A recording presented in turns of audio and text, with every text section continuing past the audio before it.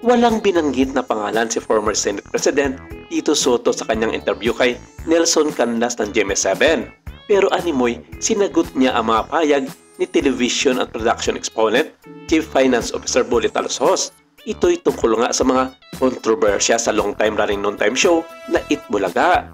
Maalalang inamin ni Dapitan City Mayor Alosos na magkakaroon ng malaking pagbabago ang programa sa Fast Talk ni Kuya Boy Abunda nitong last week lamang. Ngunit aniya, hindi pa kasama rito ang pagpapalit sa mga host na pinamumunuan ni Tito Soto, Vic Soto at Joey De Leon. At ang usap-usapan nga nung una na ang matatanggal sa mga host nito ay sina Alan Kay, Wally Bayola, Jose Manalo at ang kababalita pa lang sa ngayon na si Raisa May Dizon. Marami ang nagulat dito sa mga naging payag ng Tape Incorporated at hindi biro ang may bitawang salita na ito na Alosos na gumimbal sa showbiz world lalong-lalo na sa mga solid na barkads. Ang naging payag ni Mayor Bolet, I was given the green light by the board to talk openly kasi I think we have the responsibility sa taong bayan as well. Ang daming speculations and I don't think it will ever stop unless someone addresses this concern. So now, we just want to assure the public and everyone else that we're coming up with a more improved Itbulaga. Think big prizes, more exciting segments. Sinabi rin doon ni Mayor Bolet ang kanilang relasyon sa GMA7 at kinumpirmang mayroon pa silang 2 taon kontrata sa network. Nanindigan din siya na matatag ang pananalapi o financially stable ang kumpanya taliwa sa mga chismis at sinabi nito lamang ni Tito Sen sa kanyang interview sa ilang mga piling showbiz media.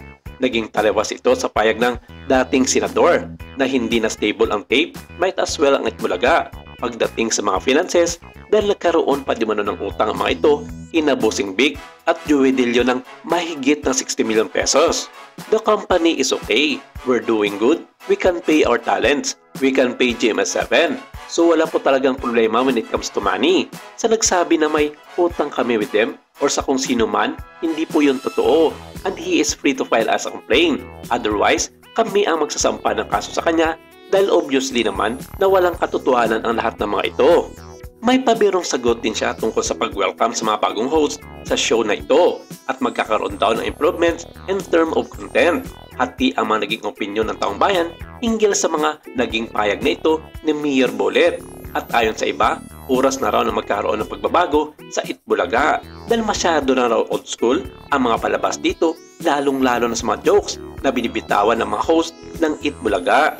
Pahayag niya, the only thing constant in this world is change. With the change, as with life and everything in it, there always some sort of transformation. We have to accept that. We also need to understand that we have to adapt. We always have to adapt. And people who don't adapt, who don't understand, sometimes sila yung naiiwan. I really think the fear, it's all about fear of change. Pagbabago. Almost 43 years, it's so hard to see something different after 40 years being relevant. Resback ni Tito Sen, matagal na rin nilang gustong maglabas ng saloobin sa mga nangyari sa programa.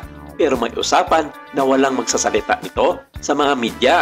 Halos 5 years na rin daw lumabas ang isyu at gusot na ito sa kampo ng Itbulaga at Tape Incorporated.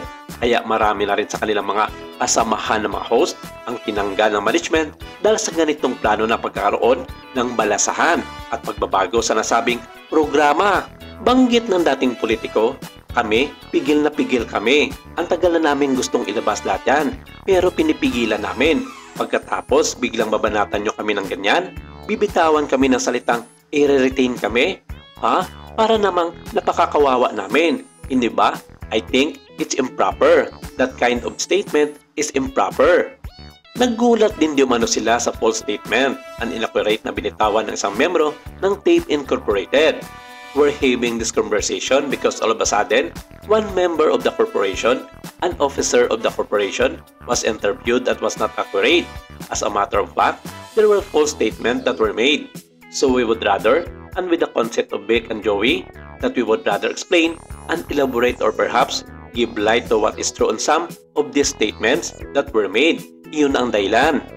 Binunyag din ito na may naglahong 400 milyon kaya hindi pwedeng sabing nalulugi ang programa.